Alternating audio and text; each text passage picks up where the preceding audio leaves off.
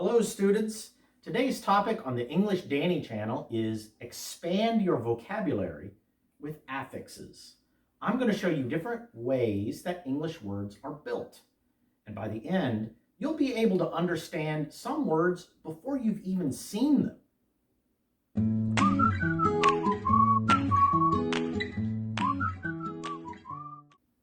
Welcome back to the English Danny channel. Before I begin the lesson, please subscribe to our channel and like and share this video since it helps our channel a lot.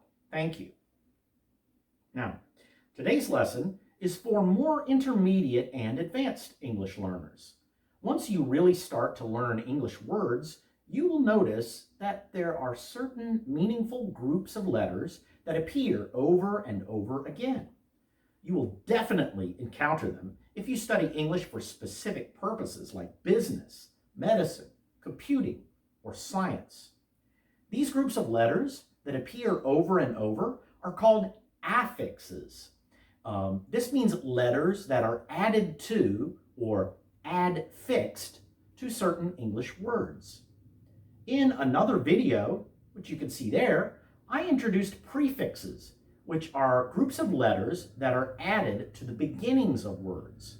In today's video, I'll talk a little bit more about prefixes and their brothers, suffixes. An example of a prefix is the letters pre, pre. This group of letters isn't a word by itself, but it does have a meaning. And that meaning is before, in front of, or earlier. A prefix is a group of letters that is fixed or placed in front of a word to change its meaning. The brother of the prefix is the suffix. The beginning of that word, suffix, comes from another prefix, sub, S-U-B, which means under or next in order.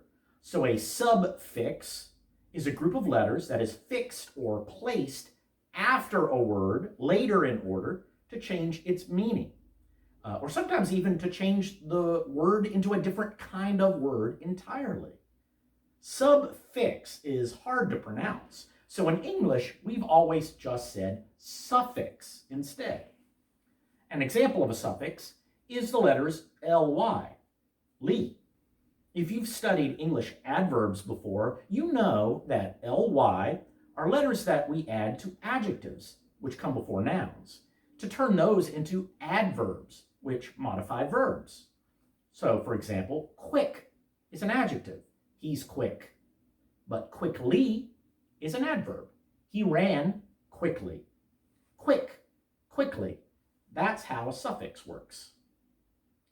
Together, prefixes and suffixes are grouped together as affixes, meaning any letters added to a word before or after which change the meaning of the word. Let's look at a few more examples to see some different ways affixes can work. In our other video, again, which you can see here, I introduced three prefixes: in, meaning not, tri, try, meaning three of something, and sub, sub, which means under or next in order. Well, here's a couple more. Ex.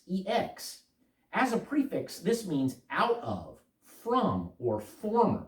So an ex-president or an ex-wife, that's a former president, a former wife. And to extract something means to pull or drag something out of something else. The word tractus, that means pull. That's where we get the word tractor from. So if you see a vanilla extract, that means it's a liquid that was pulled out of vanilla. Re, as a prefix, means again. So to repeat something means to say it again. To return somewhere means to turn or go back to it again. To rename something means to name it again, to give it another name. Let's look at some words you might not have seen before. Can you guess the meaning? Substandard. This means below standard, which means below average or below normal in quality. A substandard house is a poor house. You don't want to live there. Reimagine. This means to imagine or think about again. When people are stuck in something and can't find a way out, they can try to reimagine their situation. Think about it again in a different way to see if they can find a way out. You can also reimagine yourself. Think again in a new way about who you are. Extend. This means to push out or away from. I extend my hand to you in friendship.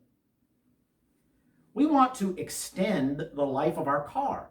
That means we want to push out the lifetime of our car from 4 years of use to maybe 10 years of use. Indecisive. You know it means not something. Decisive means making a choice. Someone who is indecisive is not making a choice. If you're indecisive, you're unable to choose either an option or a course of action. So, for example, a good leader should not be indecisive. Let's try one more. Infamous. Does it mean not famous? No. In this case, actually the not meaning doesn't appear, because the original meaning of fame was being celebrated, being well known for something good. So infamous means the opposite of that. Not being unknown, but being known for being bad. So infamous means well known as something bad or someone bad. An infamous act is an act that everyone knows about and hates. You don't want to be infamous. There are many more prefixes in English. Check out the description below for a document showing you different prefixes and example words that can help expand your vocabulary. Note, I recommend this for intermediate and advanced students of English. Beginners might want to focus on basic vocabulary first. Now, what about suffixes? These are words that are a little different in English because we use these not just to change meanings, but to change words more radically. That means more significantly. We already looked at ly, which can turn adjective to adverb, bad to badly, for example. But we can also change adjectives into nouns by adding ness, ness, which means a state or quality. Kind, he's a kind man. Kindness, you should treat your friends with kindness. Shy, my daughter is very shy. Shyness, I worked hard to overcome my shyness. You could use this suffix to think about the original meaning of a word. For example, where did business come from? That's right, being busy, having a lot to do, plus the suffix ness, which means a state of always having a lot to do. Does that make sense? If your business isn't busy, it won't be a business for very long. Here's a suffix that can turn a verb into a noun. ment, meant. This means an action or a result. So to ship something, that's a verb. It means to send it somewhere.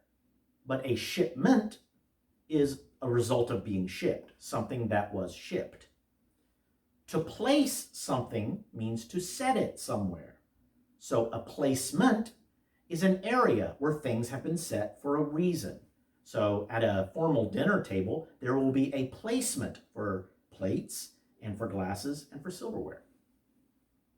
What activity does management engage in? That's right, they manage people, so they have to be in charge. Let's look at an example of a suffix from science.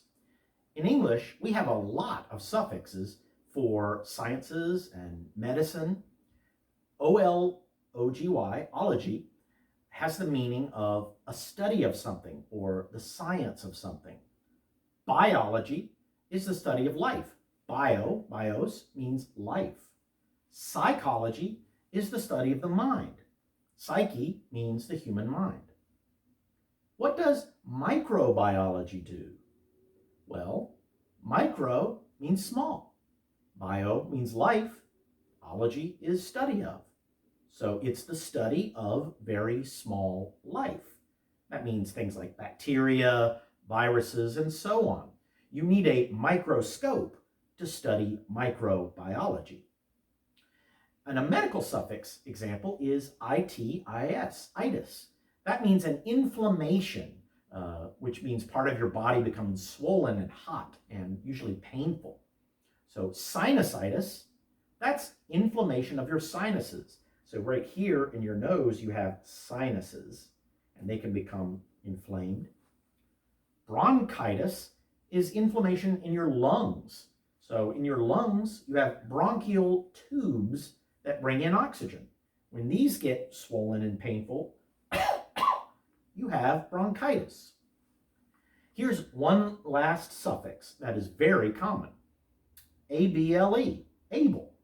It works just like the word able, and it means able to be.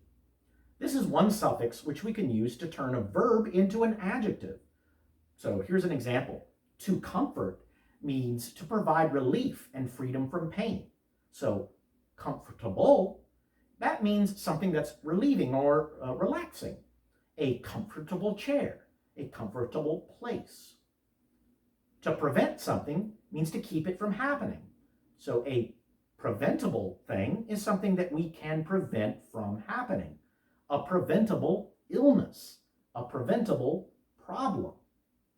Okay, now let's put both the prefixes and the suffixes together. Let's look at a word, inaudible. Okay, we can figure out what this means.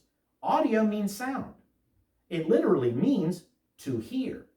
So audible means able to hear. But in means not. So inaudible means, that's right, not able to hear.